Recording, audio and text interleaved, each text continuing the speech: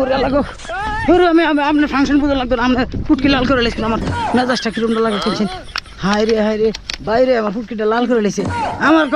খারা একটা লাডি লিয়া খারাইছি আমি কি হয়েছে ফাংশনটা তো বুঝলাম না কইছি পরে আমার ফুটকির মধ্যে একটা বাড়ি মারছি কইছে দি হ্যাঁ কয় তুই কি আর ফাংশন করস তোর ফাংশনের জ্বালা তো টিকতে পারতাছি না সেদিনকে আমার মাইয়া আমার টেয়া চাইছে আমি কইছি টেয়া তো নাই হ্যাঁ আব্বু তোমার ফাংশনটা তো বুঝলাম না তুমি কোন বেড়া সেরা বাজাইতেছ কি রে তুই এটা কি কথা মার্কেটে ছাড়ছিস আমার বউ ফুলা মানে কই আমার জ্বালা এলাই ফাংশনটা কি তুই আমার বুঝাইবি আমি কি শুনেন ফাংশনটা হয়েছে গিয়া এই বিষয়টা তো বুঝাইতে গেলে পুরো ফাংশনটা কইতে পরে ফুটমিতে আরেকটা বাড়ি মারছে